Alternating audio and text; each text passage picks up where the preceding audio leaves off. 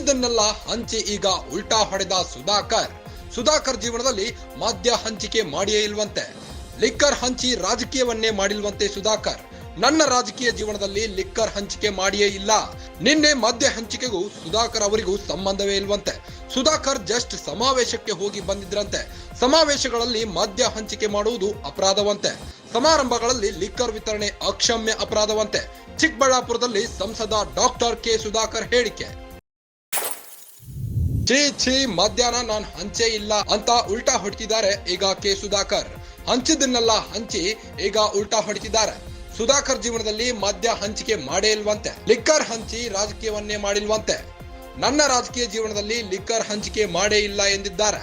ನಿನ್ನೆ ಮದ್ಯ ಹಂಚಿಕೆಗೂ ಸುಧಾಕರ್ ಅವರಿಗೂ ಸಂಬಂಧವೇ ಇಲ್ಲವಂತೆ. ಸುಧಾಕರ್ ಜಸ್ಟ್ ಸಮಾವೇಶಕ್ಕೆ ಹೋಗಿ ಬಂದಿದ್ರಂತೆ. ಸಮಾವೇಶಗಳಲ್ಲಿ ಮದ್ಯ ಹಂಚಿಕೆ ಮಾಡುವುದು ಅಪರಾಧವಂತೆ. ಸಮಾರಂಭಗಳಲ್ಲಿ ಲಿಕ್ಕರ್ ವಿತರಣೆ ಅಕ್ಷಮ್ಯ ಅಪರಾಧವೆಂದಿದ್ದಾರೆ. ಚಿಕ್ಕಬಳ್ಳಾಪುರದಲ್ಲಿ ಸಂಸದ ಡಾಕ್ಟರ್ ಕೆ ಸುಧಾಕರ್ ಹೇಳಿಕೆ ನೀಡಿದ್ದಾರೆ. ನಾನು ಮಾಧ್ಯಮದಲ್ಲಿ ನೋಡಿ ತಿಳ್ಕೊಂಡಿದ್ದೀನಿ.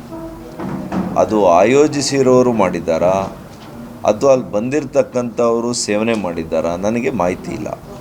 ಆದರೆ ಯಾರಾದರೂ ನಮ್ಮ ಕಾರ್ಯಕರ್ತರು, ದಳದ ಕಾರ್ಯಕರ್ತರು ಯಾರಾದರೂ ಮಾಡಿದರೂ ಕೂಡ ಆ ಯೋಜನೆ ಮಾಡಿದ್ದರೆ ಅದು ತಪ್ಪಾಗ್ತದೆ.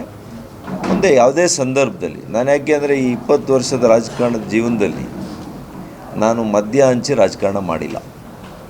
ಚುನಾವಣೆಯಲ್ಲೂ ಮಾಡಿಲ್ಲ, ಕಾರ್ಯಕ್ರಮದಲ್ಲೂ ಮಾಡಿಲ್ಲ. 20 ವರ್ಷಗಳ ನನ್ನ ಇತಿಹಾಸ ನೀವು ತಗೊಂಡ್ರೆ ನಿಮಗೆ ಗೊತ್ತಾಗ್ತದೆ. ಹಾಗಾಗಿ ಈ ಒಂದು ಪ್ರಕರಣಕ್ಕೂ ನನಗೂ ಸಂಬಂಧ ಇಲ್ಲ. ನನಗೂ ನೋವಾಗಿದೆ.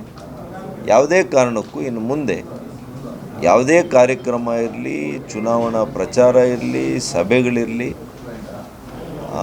ಮದ್ಯ ಕೊಡುವಂಥದ್ದು ನಿಜವಾಗಿಯೂ ಕೂಡ ಅದು ಅಕ್ಷಮ್ಯ ಅಪರಾಧ.